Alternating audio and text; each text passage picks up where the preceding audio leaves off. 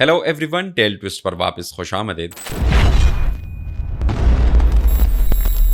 دوستو، عباسک کیلیفیٹ جو کبھی میڈیول ورلڈ کا عظیم ستون تھی، یہ لرننگ اور انویشن کا مرکز تھی جو کہیں صدیوں تک کلچرز اور اکانومیز پر اثر انداز ہوتی رہی۔ اس کا دارالحکومت بغداد سٹی تھا، جہاں پر دنیا بھر کے اسکالرز اور علماء جمع ہوتے تھے اور ڈیبیٹس کرتے تھے۔ لیکن یہ عظیم سلطنت ایک رات میں نہیں گری، بلکہ اس کی تباہی کے بیچ دہائیوں بلکہ صدیوں پہلے سے ہو رہی تھی۔ پاور اور اتھارٹی کی بتدریج کمی جو کہیں جنریشنز تک چل رہی تھی۔ یہ جو زوال تھا یہ شروع ہوتا ہے انٹرنل کانفلکٹ سے یہ بیسیکلی سٹارٹ ہوتا ہے۔ سلطنت کے اندر کرپشن، نااہلی اور حکمرانوں اور عوام کے درمیان جو دوری تھی وہ آہستہ آہستہ بڑھ رہی تھی، اور مختلف جو گورنرز تھے، مختلف جو پروونسز تھے، ان کے گورنرز کی بتدریج پاور کی وائلیشن، اور اسی طریقے سے جو اکنامک جو ٹریڈ روٹس تھے ان کو ایفیشینٹلی کنٹرول نہیں کرنے کی وجہ سے یہ سارا معاملہ ابھر آتا ہے۔ عباسی سلطنت کافی بڑی سلطنت تھی جو کہ نارتھ سے ساؤتھ تک اور ایسٹ سے ویسٹ تک یہ پھیلی ہوئی تھی۔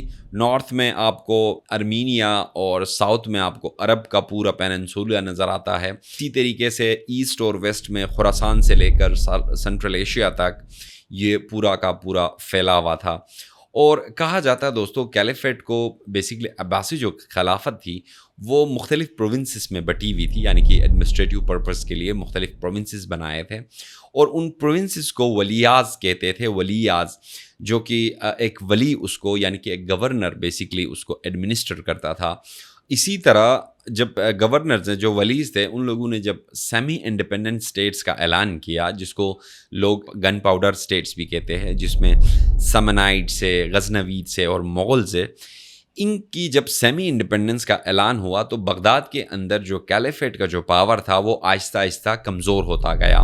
لوگ بیسیکلی اس پہ ٹرسٹ کرنا چھوڑ دیا، اور اسی طریقے سے جو ان کی لائلٹیز اور کمیونیکیشنز تھی وہ بھی آہستہ آہستہ کم ہوتی گئی۔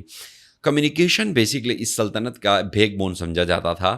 کہیں پہ بھی کوئی بھی کسی بھی پروونس میں کوئی ایکٹیویٹی ہوتی تھی، چاہے وہ جسٹس سے ریلیٹڈ ہو، چاہے وہ ٹریڈ سے ریلیٹڈ ہو، یا کوئی اور ٹاپک ہو، تو وہ تمام کے تمام کمیونیکیشن، تمام کے تمام انفارمیشن بیسیکلی عباسٹ جو کیلیفیٹ ہے ان کے پاس پہنچتی تھی۔ جب سیمی انڈیپینڈنٹ سٹیٹس کا اعلان ہوتا ہے تو اس کے بعد سے بیسیکلی یہ کمیونیکیشن رک جاتی ہے، اور لوگوں کا لائلٹی جو ہے وہ کیلیفیٹ سے شفٹ ہو کر جو سیمی انڈیپینڈنٹ سٹیٹس بنے تھے، جو ولیز نے، گورنرز نے جو اعلان کیا تھا، اس پہ بیسیکلی یہ اس کی طرف مائل ہوتے ہیں۔ عباسٹس کا ایک طرف فوجی جو ان کا جو کمان تھا وہ ترک غلاموں کے ہاتھ میں چلا جاتا ہے، اور اس کے ہاتھ میں جانے سے جو نیٹو جو عربینز تھے، جو عربز تھے، جو اس سلطنت کے ساتھ جو وہاں کے لوگ تھے، ان کا بیسیکلی ٹرسٹ بھی ختم ہو جاتا ہے۔ ان کا کہنا ہوتا ہے کہ جب فوج کو ترک غلاموں نے سنبھالا ہے تو آہستہ آہستہ یہ ترک غلام کیلیفیٹ کو بھی ختم کر دیں گے۔ دوسری طرف دوستو، عباسی جو خلافت تھی اس کی جو پراسپیرٹی تھی، اس کی وجہ اس کی لارج ٹریڈ نیٹ ورکس تھے، جس کے بیسس پہ عباسی خلافت اپنی ریونیو کی کلیکشن بھی کرتی تھی، اور اس کو اسی لیے پراسپرس اسٹیٹ بھی کہا جاتا تھا۔ جب انٹرنل کانفلکٹ سٹارٹ ہوا تو وہاں سے بیسیکلی ٹریڈ روٹس میں بھی ریوالٹ سٹارٹ ہو گیا، جسے زنج ریوالٹ کہا جاتا ہے۔ جب یہ بٹک اٹھی تو یہاں کے جو امپورٹنٹ جو ٹریڈ نیٹ ورکس تھے وہ بیٹل گراؤنڈ میں تبدیل ہو گئے۔ جب یہ بیٹل گراؤنڈ میں تبدیل ہوئے تو اس کے بعد سے عباسٹس کا جو ریونیو کا ایک جو سٹریم تھا وہ بھی ختم ہوتا گیا۔ جو میجر جو اکنامک روٹس تھے وہ 4 ٹریڈ روٹس تھے، جس میں سلک روٹ برانچ بھی تھا جو کہ خراسان سے بیسیکلی ٹرانس اوکسینیا تک ایکسپینشن تھی اس کی۔ اسی طرح پرشین گلف کی میریٹائمز تھے، جس میں بہت سارے ٹریڈ روٹس موجود تھے۔ یہ ٹریڈ روٹ بھی جب انٹرنل کانفلکٹ کی وجہ سے عباسی جو خلافت تھی وہ جب کمزور ہوا تو پائریٹس اور ریبیلینز اور جو کوسٹل لائنز کے جو ریوالٹس کرنے والے تھے ان لوگوں نے یہ ٹریڈ روٹ سنبھالتے گئے۔ اسی طرح تیسرا جو تھا وہ ٹریڈ نیٹ ورک، جس کو واٹر ویز بھی کہا جاتا تھا، یوفریٹس اور ٹیگریٹس کے یہ جو ریور سسٹم تھا، یہاں پہ بھی ٹریڈ روٹس قائم تھے، مگر یہ زنج ریوالٹ کی وجہ سے یہاں کا کنٹرول بھی دوسرے لوگوں کو ملتے ہیں، اسپیشلی اس کا کنٹرول فاطمیز سنبھالتے ہیں۔ اسی طرح دوستو حجاز کا جو روٹ تھا وہ بھی بہت امپورٹنٹ روٹ تھا، جس کے بیسس پہ عباسی جو خلافت تھی وہ ریونیو کلیکٹ کرتی. یہ تمام روٹس جو ریونیو جنریٹ کرتے تھے وہ ختم ہوتے گئے. مگر یہاں پہ ایک اور بھی پرابلم سٹارٹ ہوا. ایک طرف تو عباسی خلافت کو ترک فوجوں سے بڑی چیلنج ملی، دوسری طرف ٹریڈ جو نیٹ ورکس تھے وہ بھی آہستہ آہستہ کمزور ہوتے گئے. تیسری جانب ایک اور بڑا مسئلہ تھا کہ عباسیوں کے جو کمپیٹیٹرز تھے وہ بہت زیادہ سٹرونگ ہو رہے تھے. ایک طرف تو اسپین کے اندر کورڈوبا شہر میں امیدز بیسکلی اپنی خلافت کو قائم کرتے ہیں، جس کی وجہ سے جو سلک روٹ کا جو برانچز تھے، ٹریڈ نیٹ ورکس تھے، اور پرشین گلف کے جو میریٹائم جو ٹریڈ روٹس تھے ان پہ ان کا کافی حد تک کنٹرول ہوتا ہے. دوسرے جانب قائرو میں بیسکلی فاطمیز اپنی خلافت کا اعلان کرتے ہیں. اسی طریقے سے فاطمیز بیسکلی دو روٹس پہ ان کا بڑا کنٹرول ہوتا ہے. یوفریٹس اور ٹیگرٹس روٹس جو ٹریڈ نیٹ ورکس ہوتے ہیں یہ بیسکلی یہ فاطمیز کے انڈر آ جاتے ہیں.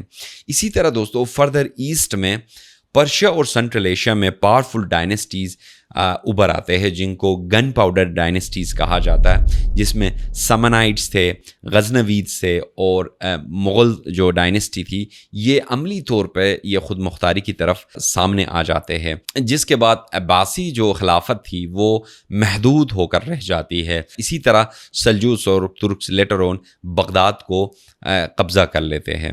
سیاسی بدنظامی اور معاشی بدحالی کی وجہ سے عباسیوں کا دور ختم ہو جاتا ہے. بیت الحکمہ جیسا علمی جو مرکز تھے وہ حکمرانی سرپرستی کے ختم ہونے سے اجڑ جاتا ہے.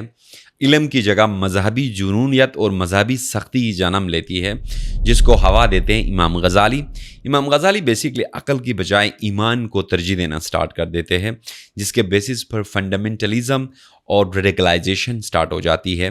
اسی طرح اسکالرز اور علماء کی حفاظت ختم ہو جاتی ہے. جب عباسیوں کی سلطنت ختم ہو جاتی ہے اس کے بعد جو اسکالرز ہوتے ہیں، جو علماء ہوتے ہیں، وہ ڈفرینٹ جگہوں پہ بھٹک جاتے ہیں، جس کی وجہ سے ان کو پروٹیکشن نہیں ملتی ہے، جس کی وجہ سے منگولز کو موقع ملتا ہے. اور منگولز بیسکلی نہ صرف بغداد بلکہ اس کے پروونسز کو بھی برباد کر دیتے ہیں.